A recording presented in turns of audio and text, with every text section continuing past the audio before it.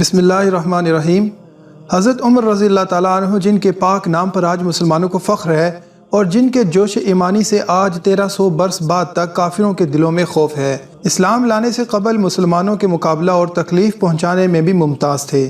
نبی اکرم صلی اللہ علیہ وسلم کے قتل کے در پہ رہتے تھے۔ ایک روز کفار نے مشورہ کی کمیٹی قائم کی کہ کوئی ہے جو محمد صلی اللہ علیہ وسلم کو نعوذ باللہ قتل کرے۔ عمر نے کہا کہ میں قتل کروں گا۔ لوگوں نے کہا کہ بے شک تم ہی کر سکتے ہو۔ عمر تلوار لٹکائے ہوئے اٹھے اور چل دیے۔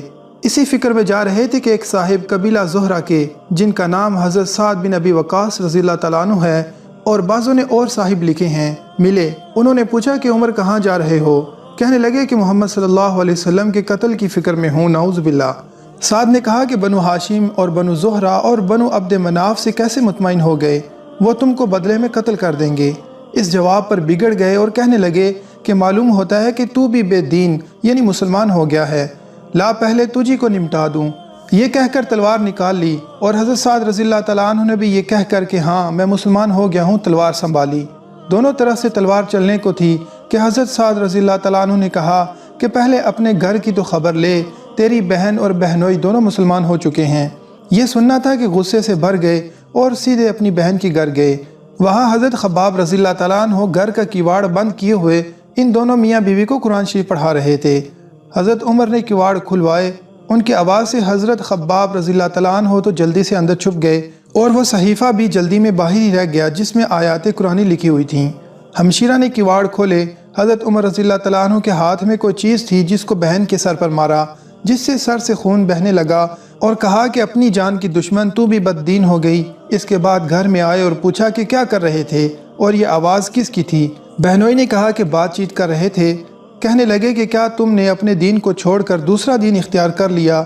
بہنوئی نے کہا کہ اگر دوسرا دین حق ہو تو تب یہ سننا تھا کہ ان کی داڑھی پکڑ کر کھینچی اور بے تحاشا ٹوٹ پڑے اور زمین پر گرا کر خوب مارا۔ بہن نے چھڑانے کی کوشش کی تو ان کے منہ پر ایک تمانچہ اس زور سے مارا کہ خون نکل آیا۔ وہ بھی آخر عمر کی ہی بہن تھی۔ کہنے لگی کہ عمر، ہم کو اس وجہ سے مارا جاتا ہے کہ ہم مسلمان ہو گئے۔ بے شک ہم مسلمان ہو گئے ہیں، جو تجھ سے ہو سکے تو کر لے۔ اس کے بعد حضرت عمر رضی اللہ تعالیٰ عنہ کی نگاہ اس صحیفہ پر پڑی جو جلدی میں باہر رہ گیا تھا اور غصہ کا جوش بھی اس مار پیٹ سے کم ہو گیا تھا اور بہن کے اس طرح خون میں بھر جانے سے شرم سی بھی آ رہی تھی۔ کہنے لگے کہ اچھا مجھے دکھلاؤ یہ کیا ہے؟ بہن نے کہا کہ تو ناپاک ہے اور اس کو ناپاک ہاتھ نہیں لگا سکتے۔ انہوں نے بہت زیادہ اصرار کیا مگر ان کی بہن بے وضو اور بغیر غسل کے ان کو وہ صحیفہ دینے کو تیار نہ ہوئیں۔ حضرت عمر نے غسل کیا اور اس کو لے کر پڑھا۔ اس میں سورہ طٰہٰ لکھی ہوئی تھی۔ اس کو پڑھنا شروع کیا۔ ابھی چند آیات ہی پڑھی تھیں کہ ان کی حالت ہی بدل گئی۔ کہنے لگے اچھا مجھے بھی محمد صلی اللہ علیہ وسلم کی خدمت میں لے چلو۔ یہ الفاظ سن کر حضرت خباب رضی اللہ تعالیٰ عنہ اندر سے نکلے اور کہا کہ اے عمر، تجھے خوشخبری دیتا ہوں کہ کل شب پنج شنبہ میں حضور اقدس صلی اللہ علیہ وسلم نے دعا مانگی تھی کہ یا اللہ، عمر اور ابو جہل میں جو تجھے زیادہ پسند ہو اسے اسلام کو قوت عطا فرما۔ یہ دونوں قوت میں مشہور تھے۔ معلوم ہوتا ہے کہ حضور اقدس صلی اللہ علیہ وسلم کی دعا تمہارے حق میں قبول ہو گئی ہے۔ اس کے بعد حضور صلی اللہ علیہ وسلم کی خدمت میں حاضر ہوئے اور جمعہ کی صبح کو مسلمان ہوئے۔ ان کا مسلمان ہونا تھا کہ کفار کے حوصلے پست ہونا شروع ہو گئے، مگر پھر بھی یہ نہایت مختصر جماعت تھی اور وہ سارا مکہ بلکہ سارا عرب، اس لیے اور بھی جوش پیدا ہوا اور جلسے کر کے مشورے کر کے ان حضرات کو ناپید کرنے کی کوشش ہوتی تھی اور طرح طرح کی تدبیریں کی جاتی تھیں۔ تاہم اتنا ضرور ہوا کہ مسلمان مکہ کی مسجد میں نماز پڑھنے لگے تھے۔